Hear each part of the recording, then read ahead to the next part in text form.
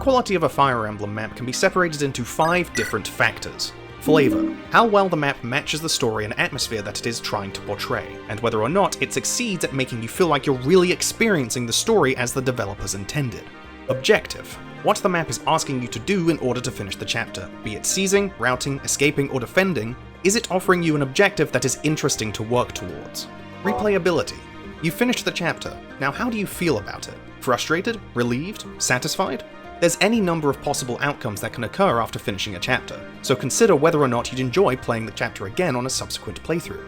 Difficulty. Difficulty might not be an important factor for everyone, but a fair amount of players yearn to be challenged by Fire Emblem, to be given a puzzle to solve with the resources provided. Was the map that you just finished difficult in a compelling way? Enjoyability. Plain and simple, is the map fun to play? Are you having a good time whilst playing it, and if so, are you able to articulate exactly why the map is so stimulating? When all of these variables are managed effectively, what you're left with is an incredibly satisfying chapter to play through, providing a memorable experience for the player that they'll hopefully be excited to enjoy again during a second playthrough. And if you don't pay attention to this formula, what you're given is some of the worst the series has to offer. My name's Blute. Welcome to F.O.R.D.E.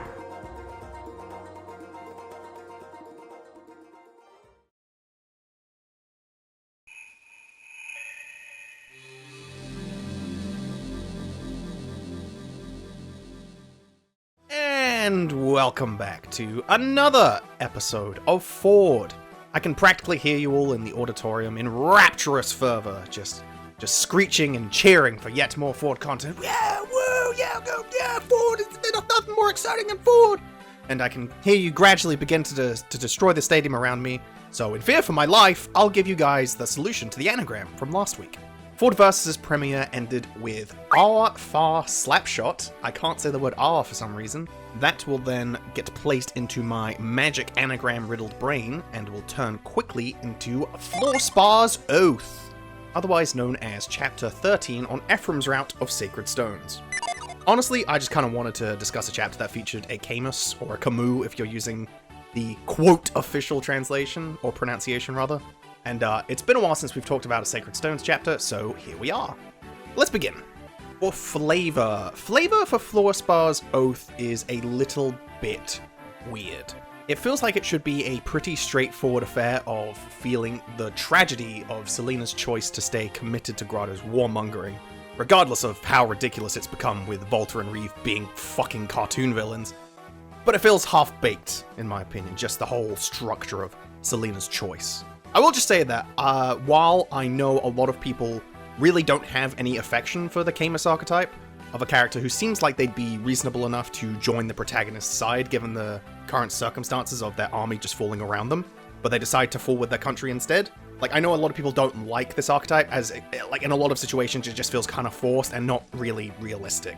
Personally, you can call a repairman for my taste buds all you want. I love eating this shit, it's fucking delicious. I understand Selena's plight, and they do a really great job of showcasing that with a minimal amount of backstory in the opening cutscene where she talks to Myr. Like, you can really feel how she's super connected to her memory of Emperor Vagard, and how she thinks she owes Grotto for just how much he's done for her. Like, she wants to just be an honored soldier, so she'll continue to stand and fight for it, even if it isn't the morally correct decision, almost. Like, it doesn't feel forced at all. A lot of Camuses can feel forced. I don't think this one does. But as I said, the part that does feel a little bit unfinished, in my opinion, is just how this is reflected in the chapter. Now, I might be projecting a bit here, but just bear with me. Selena will be attempting to strike your units down with a bolting for the first 5 turns of the map before switching to her L-Fire tone. Normal stuff. This is perfectly standard stuff for an FE boss. Of course, they've got to have an option for attacking at close range. Nothing wrong with that from a gameplay perspective. But hear me out here. In Selena's dialogue, you can kind of intuit the sense that Selena has kind of already surrendered to her fate at this point. And she's only really fighting Ephraim because she wants to be remembered as an honored soldier that went down fighting for her country. Part of her knows that there's no way for her to win. Like, you can kind of see her the resignation in her face. Like, I know it's only one sprite, but you can get that, like, air of resignation around her. So, I kind of dislike the L-Fire's existence in this chapter, because it almost feels like the bolting should be the exclusive star of the show, you know? Like, normally I don't like having to fight against siege tomes. I think it's really obnoxious a lot of the times, and it's not really implemented very well. But it feels like this map and the flavor has bolting at its core, so to say. Like, the map is designed around bolting, because bolting is literally in the center of the map, and the plot even kind of just gives you a warning. It's like, oh, that's Selena, she'll strike you down from afar with her lightning. Be careful, Ephraim. Like, it feels integral to the plot. I almost interpret Selena desperately firing off bolting uses as her using the last of, like, her ammunition, with a great sense of futility. Like, firing the last of your ammunition at a tank. You know you have no way of stopping it, but you got fucking bullets in your gun, may as well go down fighting. If I could have it my way, I'd actually give the bolting like 10 uses instead, which sounds like crazy talk, but I think I'd do that and just straight up remove the Elfire Tome, so that once you've endured her onslaught of lightning, like, she's just done, man. Like, I love this chapter's flavor in the sense that it feels like Selena is just watching the army slowly just crumble down around her due to her position in the center of the map. Like, she can just see the soldier dying to her left, the cav dying above her, the mage dying to her, like, stuff like that. She can see the battlefield completely. I love the idea of her feeling completely powerless to change her fate. So making it so that she's basically unarmed when you get to her in the end really puts that final nail in the tragic coffin. One last note before the rating, but I actually really hate that Selena doesn't get any unique boss quotes, which is really, like, strange and feels like an oversight.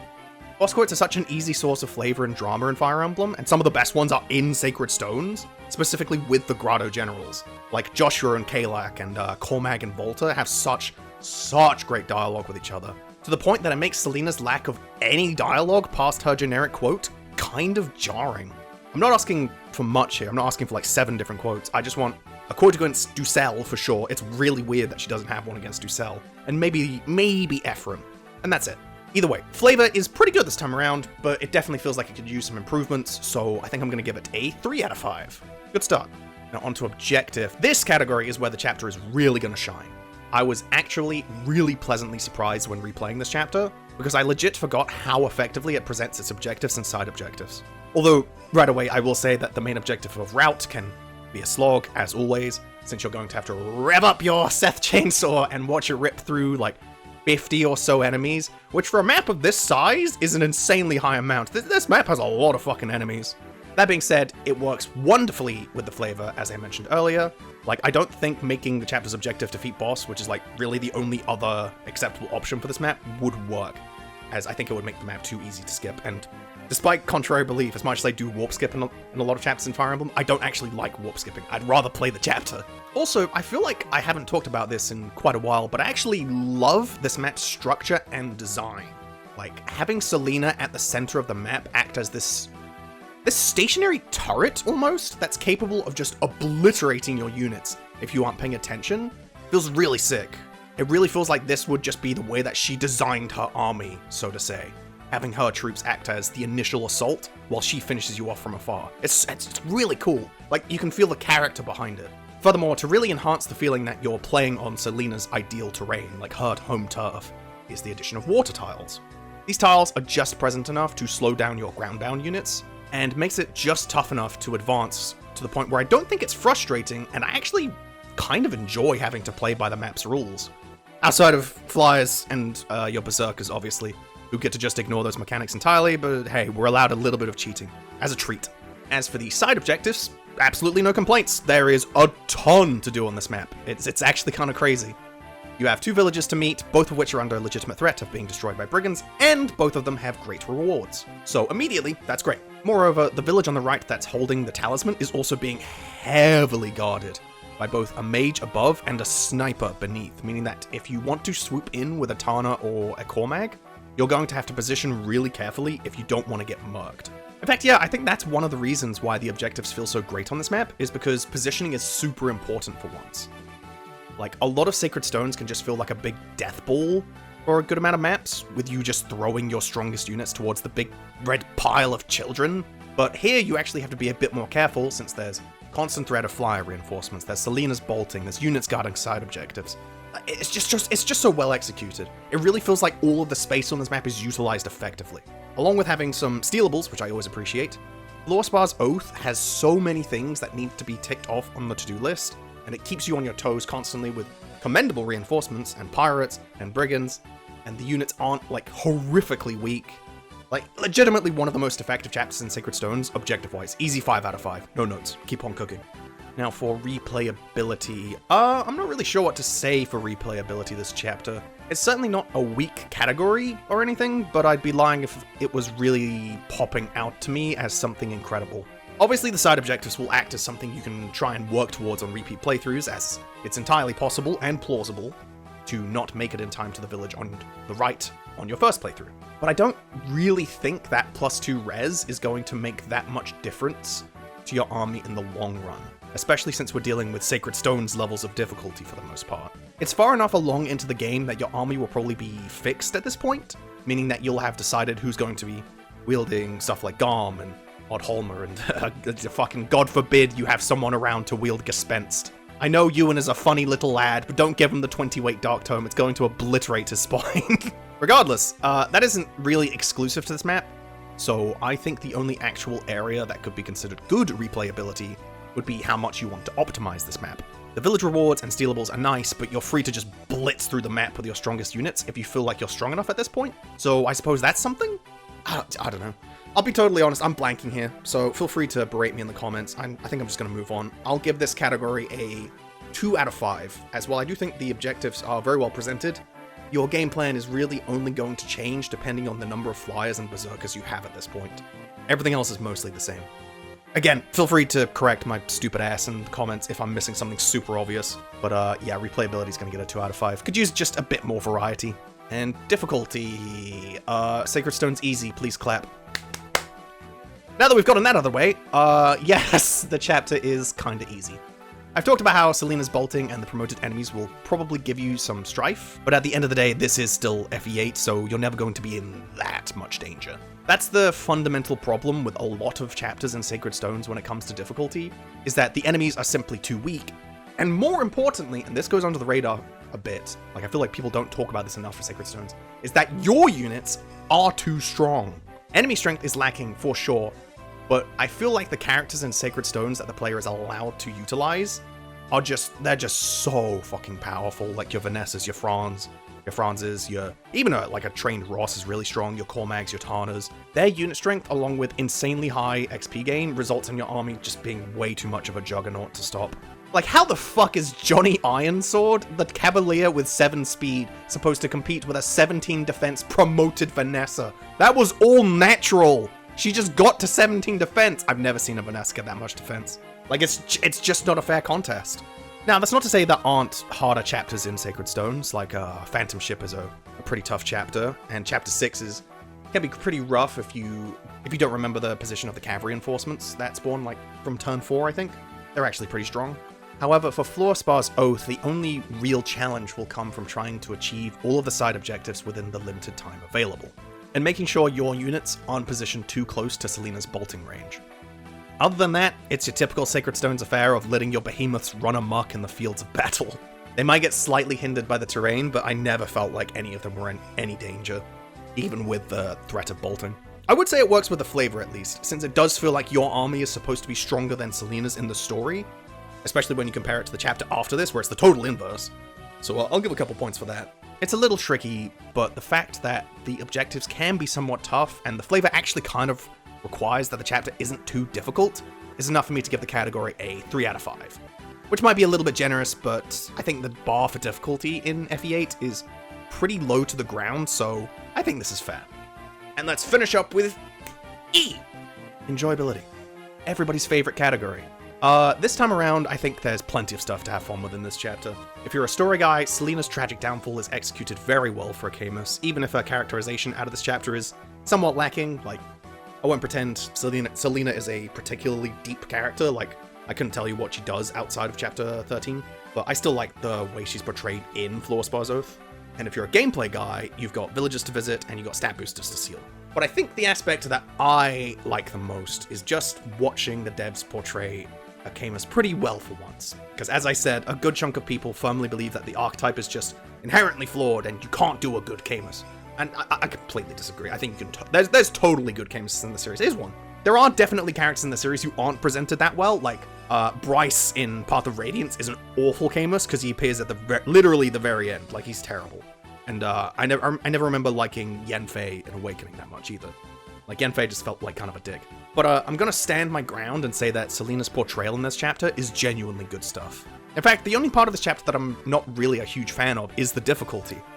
But that's more of a Sacred Stones thing than anything. And I guess I'll just mention this here as a little bit of a humble brag. I recently beat Sacred Stones on 0% growths for the first time. First time I tried and completed a 0% growth run, and it definitely kicked my ass in a lot of places. There were definitely a good amount of chapters where I needed to take like an entire day to figure it out without looking up guides. For instance, Phantom Ship on 0% growths is a fucking nightmare, and I never want to go back. Phantom Ship on 0% growths is literally one of the hardest chapters I've ever done. That chapter is so fucking difficult. No other chapter in 0% growths with Sacred Stones was nearly as difficult. I'm almost a little bit disappointed in myself that I didn't go Erica route, just because it'll probably be easier. Like, the rest of the chapters in Sacred Stones were like, oh, there's like some tough ones here and there, but Phantom Ship was fucking ridiculous. But I'll say for this, for Fluorspar's Oath, even on 0% growths, it really wasn't that hard, which should say a lot about the overall toughness of FE8. I'm gonna give Enjoyability a 3 out of 5, purely because I like Camus's, and you should too, because I'm a loud voice in your computer that just told you to do something, so you better listen, or I'll climb out and smack you on the head. And that is going to wrap it up for this week's episode. Fluorspar's Oath is a weirdly good chapter, which feels like an odd thing to say, but when you compare it to a lot of the other maps in Sacred Stones, it appears just much more complex. FE8's map design, for the most part, is what I'd classify as fine. Like, it's not bad, it's fine. There's some definite stinkers here and there, but most of the maps are just totally adequate. Like, I look at the early game, like, this is mostly fine, and then Erica Route's like, this is fine. However, I'd say most of the F.O.R.D.E route exclusive maps are actually really well made. Chapters like Phantom Ship and Turning Traitor are super memorable, offering the player some arduous objectives and genuine challenge in an otherwise infantile game. As for Fluorspar's Oath, it was a wonderful experience. Watching this withered old warhorse just slowly collapse into a breathing corpse as her army was slowly decimated by a buff 12-year-old wielding a hatchet. Oh, I love Fire Emblem, it lets you do the dumbest shit.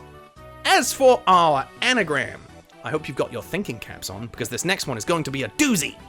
Will it be difficult? Who knows? I never actually know how difficult these things are. Outside of the Xander one, because that was 6 letters, so it was piss easy. Regardless, your anagram for next week is Floaty Red Bean. For those in the back, Floaty Red Bean. Okay, that's it for me this week. I hope y'all are having a wonderful time in your lives. Hope nothing's stressing you out too much, and if something is stressing you out, just take a break. Just take a good old chill pill. There's 365 days in the year. You can take at least one of those for yourself. Go and fucking take a U-Day, you deserve it. Anyway, I will catch you guys next week for some more hype F.O.R.D.E action. Or maybe something different, who knows? Maybe there'll be some different videos in the future. Who knows? I don't know what my upload schedule will be. Anyway, I'll see you guys next time. Have a great time, everyone.